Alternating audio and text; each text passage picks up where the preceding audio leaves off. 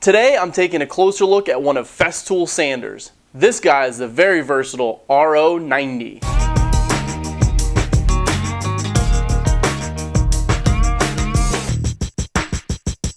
Now inside this sustainer is the RO90, which is a 3-inch sander. But don't let the size of the head fool you. This guy is really versatile, includes quite a few features that makes it applicable in a variety of situations. On the sander itself is an on-off switch right here at the top, and then a selector here for Rotex mode or eccentric random orbit mode, or the delta pad, and I'll get into changing over to the delta pad. Moving along the back, on the underside here is a dial for a speed setting. There's speeds 1 through 6, easily identifiable there on that dial. And then of course at the back is a place for the plug-it cord right there, which slips in and twists to lock that cord into place. And right beneath that for the dust extraction. And this fits a 27mm Festool hose. At the front and underside, we've got the edge protector, which easily pops on and off, and then the fast fix-it pad here on the bottom with the dust extraction holes, where you can simply just put your paper on, slap it down, and you're ready to go. And changing paper is, of course, a breeze.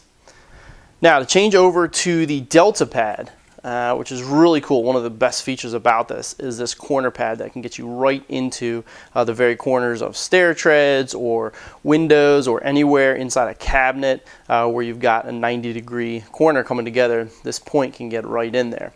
To switch over to that pad is really easy. Simply change this over to the delta setting right there, flip it over, and just rotate it counterclockwise until it clicks, and then give it a twist, and that just pops right off.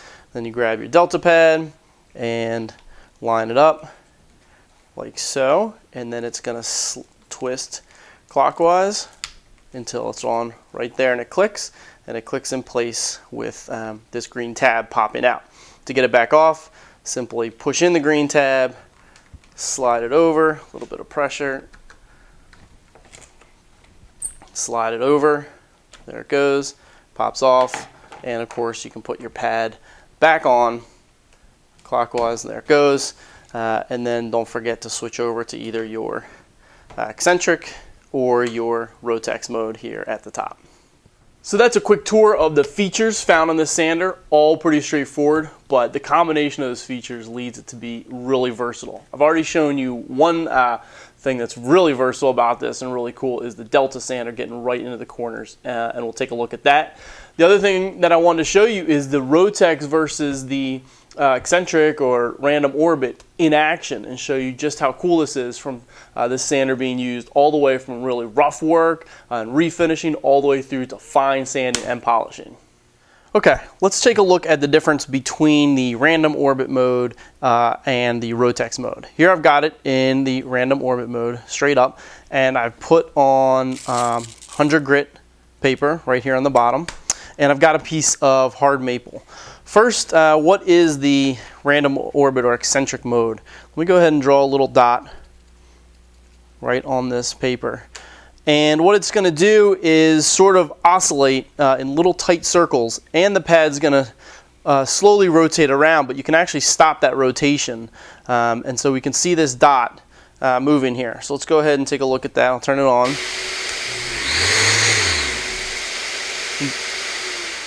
And you can see that dot making tight little circles, and if I put my thumb on the pad, I can stop the pad from rotating around. Of course, the rotation helps it be even more random, rotating around. We want to keep that, but you can put a thumb on here and it's going to stop that rotation, and that is just the eccentric mode.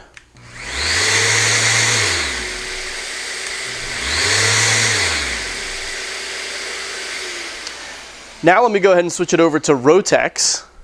Now what's going to happen is you're going to get that same sort of eccentric motion, but also this pad is going to spin around, making it much more aggressive, and if I put my thumb on there, I won't be able to stop it from spinning.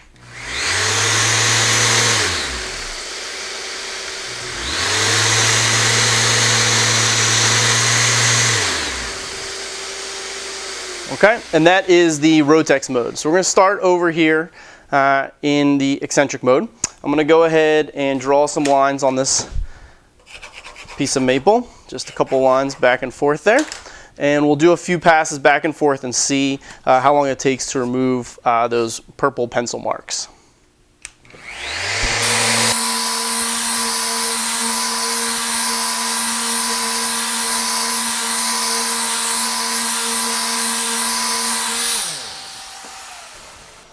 Okay, so that was 10 passes back and forth and pretty much got them removed. You know, not all the way here and here, but pretty much I got those removed. So I'm going to go ahead and draw the same lines again. Do it pretty much exactly the same. You know, nothing really different. Just the same kind of lines that I just drew before. And we'll see how many passes it takes to go ahead and clean it up in the Rotex mode. So I'll switch it over here to Rotex. Same exact paper, just using 100 grit, and we'll give this a shot.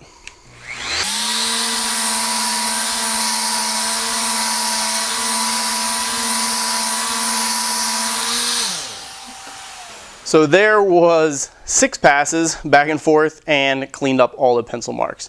Now obviously the surface left behind is much rougher in that Rotex mode, but you can see just how quickly we can remove surface material using the Rotex mode. Now let me go ahead and show how the edge protector can help protect your walls from getting damaged. It simply snaps onto the front.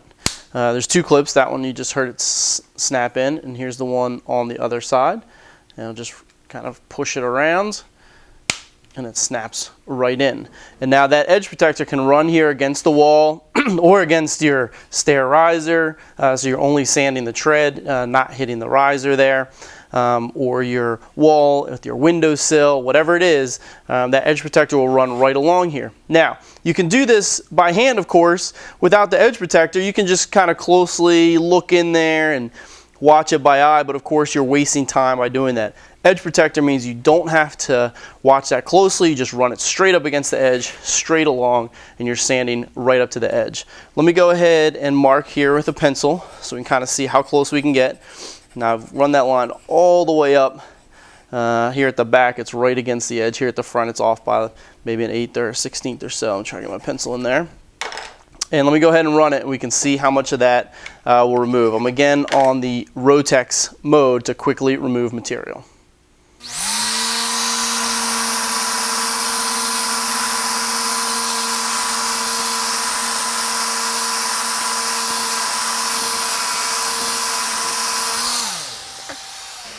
So you can see here at the front, I got rid of that whole line. That was about maybe a 1/16 away. Here at the back, I didn't run all the way up into the corner, but definitely got really close. So if you want to get right up to the very corner, of course, you will have to finish it off by hand, but this gets you to within about a 1/16 of the wall. Now, of course, say we want to get right into the corner. You can do that with the delta pad, which ends in this triangular point. So again, I'll mark a little bit of hard pencil in there. I've got it set on the delta for this pad here at the front so we can get all the way into the corner.